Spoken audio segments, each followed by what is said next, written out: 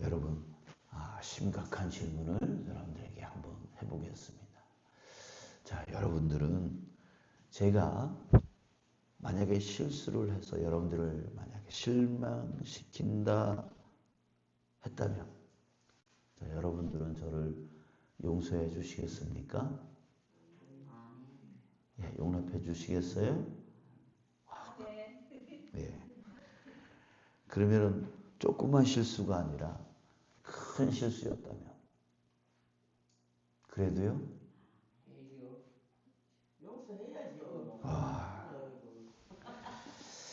자, 여러분, 그래요. 네, 감사합니다. 제가 그래서 이렇게 새벽 재단을 좋아해요. 자, 그래요. 근데 참 사람이라는 게 막상 또 그런 상황이 오게 되어지면 또 마음에 실망감이 생길 수 있고 또 배신감이 또 생길 수도 있고 더 나아가서 관계의 깨짐이 또 생길 수가 있어요. 그래서 또 그것 때문에 이제 말씀이 말씀으로 들리지 않는, 그렇죠? 예, 그 실망감 때문에, 예, 그 배신감 때문에 설교단에서 흘러나오는 그 말씀이 이제 더 이상 들리지 아니하고 이렇게 되어질 때가 그럴 수가 있단 말이죠.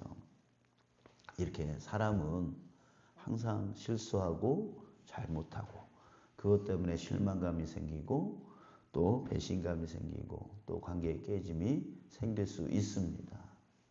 자, 그러나 우리에게 아무리 우리가 잘못을 하더라도 실수를 하더라도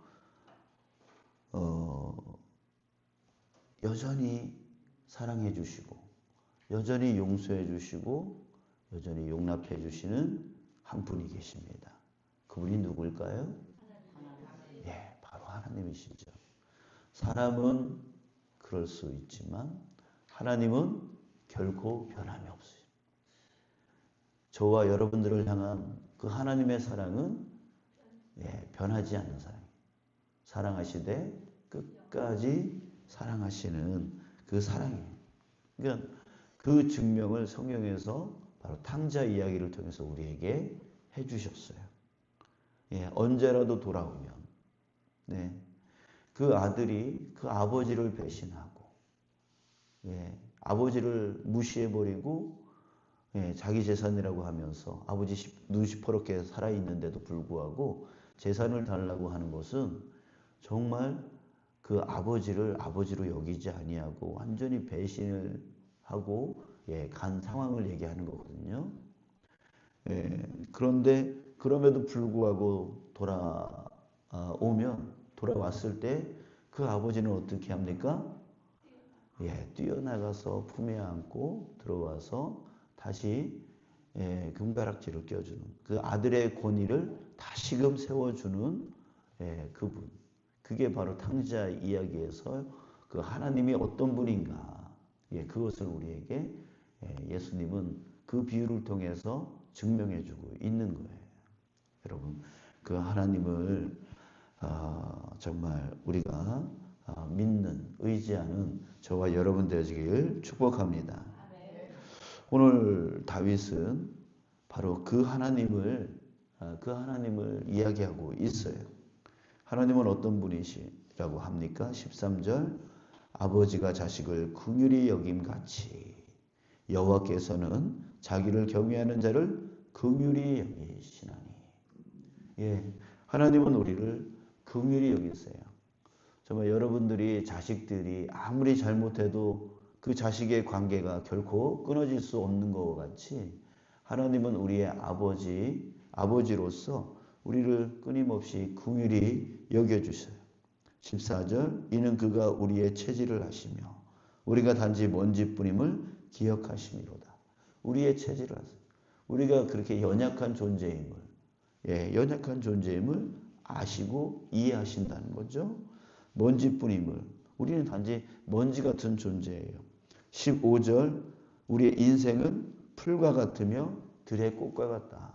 아침에 피고 저녁에 지는 그렇게 그런 풀과 꽃과 같다. 16절 그것은 바람이 지나가면 없어지나니 그 있던 자리도 다시 알지 못하거니와. 풀과 들의 꽃은 아침에 피고 저녁에 시들지만 바람 같대요. 바람은 훅 불면 사라져 버리는. 더 짧게 이렇게 표현하고 있죠. 그런 존재예요. 그런 존재. 그냥 우리의 인생은 순식간에 지나가는 또 먼지와 같은 아무것도 아닌 존재다. 이것을 하나님이 알고 계시다는 거죠. 그래서 우리는 하나님은 우리를 긍휼히 여겨 주신다는 거죠. 긍휼히 여겨 주신. 근데 반대로 우리의 인생은 그렇게 짧고 그렇게 허무하게 지나가는 인생이지만 하나님의 사랑은 17절 여호와의 인자하심은 자기를 경외하는 자에게 영원부터 영원까지 이르며 그의 의는 자손에게 이르리니. 여호와의 인자하심은 어때요? 영원하다는 거죠. 영원하다는 거예요. 자, 여러분, 우리 하나님이 어떤 하나님인지 다시 한번 우리 깨닫기를 원합니다. 자, 이런 하나님이 나의 하나님이라고 했을 때 여러분, 우리 마음 안에 무엇이 있죠? 바로 감사가 있는 거예요. 감사하지 않을 수가 없는 거죠. 사람은 조금만 잘못해도 득달같이 달려들어서 따져 묻습니다. 왜 그렇게 했느냐? 왜 그렇게 했냐고. 더 큰 잘못을 또 가려내기 위해서, 끄집어내기 위해서 아주 파고듭니다. 파고드는 게 그게 사람이에요. 그리고 잘못하지도 않았는데 잘못한 시각으로 먼저 봐버려요. 그래서 오해를 해버려요. 그러면서 용서를 못하는 게 바로 사람 아닙니까? 그래서 이 세상에는요, 이 세상 긍휼의 마음이 사라져가고 있어요. 이런 세상 가운데 살아갈 때 우리 사람은 피곤해요. 지쳐요. 낙심이 찾아와요.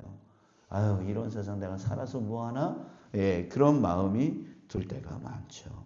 그러나 하나님은 이 미천한 인생을 어떻게 사랑하세요? 영원히 사랑하신다. 이 미천한 인생을 영원히 사랑합니다. 우리는 하나님을 매일 배반을 해요. 하나님 말씀 잘 따른다고 하면서 결국 자기 사정이 자기한테 유익이 없고 자기한테 손해가 생기면 하나님 말씀 뒤로 밀어버려요. 하나님보다 먼저 나는 하나님이 최고예요 라고 해도 하나님 뭐 가족이 먼저 우선이고 뭐 자기 일이 먼저 우선이고 우리는 매일매일 그렇게 배반을 해요. 그러나 하나님은 그럼에도 불구하고 우리의 체질을 아시기에 우리를 긍휼히 여겨주시고 우리를 사랑해 주세요. 항상 그 자리에 계세요. 그래서 돌아오면 항상 그 품으로 안아주시는 분. 그게 바로 하나님이시죠. 여러분 얼마나 감사하지 않을 수 있겠습니까? 다윗은요. 그래서 그런 하나님의 그 은혜, 그 하나님께 너무 감사한 마음, 이것을 다윗이 깨닫고 자기 자신에게 이렇게 외칩니다. 22절 끝입니다. 너희여 여호와를 송축하라. 내 영혼아 여호와를 송축하라. 자기 자신, 내 영혼아, 자기 자신에게 명령을 내려요. 여호와를 송축하라. 한 번만? 아니요. 이 송축하라라고 하는 이 말은 오늘도 내일도 앞으로도 영원히 하나님을 송축하라. 하나님을 송축하라. 자기 자신에게 그렇게 명령을 내리고 있는 것입니다. 전에도 말씀을 드렸지만 제가 그런 적이 있어요. 저희 교회에서 이제 우리 교회에서 이렇게 예배를 드릴 때는 정말 하나님께 어떻게든 내가 하나님을 기쁘시게 하기 위해서 찬양하고 또 기도하고 또 말씀을 어떻게든 하나님의 기쁨을 위해서 잘 전하려고 하고 뭐 이런 열심이 있는데 이런 예배의 열심이 깨질 때가 있어요. 언제냐면 우리 뭐 지방의 행사에서 임직식이 있거나 뭐 다른 데 가서 이렇게 예배를 드릴 때는 이 하나님을 찬양하는 마음, 예배하는 마음이 깨질 때가 많아요. 왜 깨질 때가 많아요. 거기 가서는 이렇게 앞에서 예배 인도하는데도 소홀해요. 찬양을 부르는데 옆 사람하고 이렇게 떠들 때도 있고 막 그래요. 그럴 때에 제 마음 안에 이런 소리가 들려요. 야, 내 영혼아, 여호와를 송축해라. 여호와를 찬양해라. 네가 네 교회에서는 그렇게 하나님을 찬양한다고 하는 사람이 왜 여기는 하나님이 없냐? 이 예배는 하나님이 없는 예배냐? 라고 하는 그 내 마음 안에서 나에게 명령하는 그 소리가 나에게 들려. 그래서 다시 가다듬고 주님을 힘껏 찬양하고 또 기도하고 또 설교단에서 들려지는 그 말씀을 정말 귀담아 듣고 내 마음에 새기려고 어느 곳에서. 자, 여러분 그렇지 않습니까? 하나님을 찬양하는 자리가 여기든 저기든 가정이든 직장이든 여러분 달라야 됩니까? 아니겠죠? 하나님은 언제나 어디서나 어느 곳에서나 계시는 하나님. 그 하나님은 동일한 하나님이신 거죠. 교회를 떠나려고 하시는 분들이 항상 하는 말씀. 여기만 하나님이 있어요? 저기도 하나님이 있죠. 그러시는 분들이 그 예배의 자세는 동일하냐 이거죠. 동일하냐 이거죠. 자, 여러분, 우리 하나님이 나에게 어떤 분이냐? 정말 긍휼이 많으시고 영원히 변치 아니하시는 그런 하나님. 그 하나님 앞에 우리는 감사하지 않을 수 없는 것이죠. 그렇다면 우리도 그 하나님을 찬양할 때에 여기서만 찬양하는 것이 아니라 그 어느 곳에 있든지 간에 어느 곳에 있든지 간에 무슨 일을 하고 있든지 간에 하나님은 나의 찬송을 나의 송축을 받기에 합당하신 분이시다. 여러분 우리 자신도 다윗처럼 자기 자신에게 명령 내리시기 바랍니다. 내 영혼아 여호와를 송축하라. 내 영혼아 여호와를 송축하라. 일을 할 때라도 여호와를 송축하는 마음으로 그 일을 감당해 나가고 가정일이든 직장일이든 교회일이든 간에 정말 여호와를 송축하는 마음으로 그 일을 감당해 나가는 그런 우리가 되어야 될 줄 믿습니다. 오늘 하루 어느 곳에 있든지 무슨 일을 하고 있든지 여호와를 송축하는 마음으로 일들을 감당해 나가시고요. 혹이라도 내가 소홀하고 있을 때에 자기 자신에게 명령 내리시기 바랍니다. 내 영혼아 여호와를 송축하라.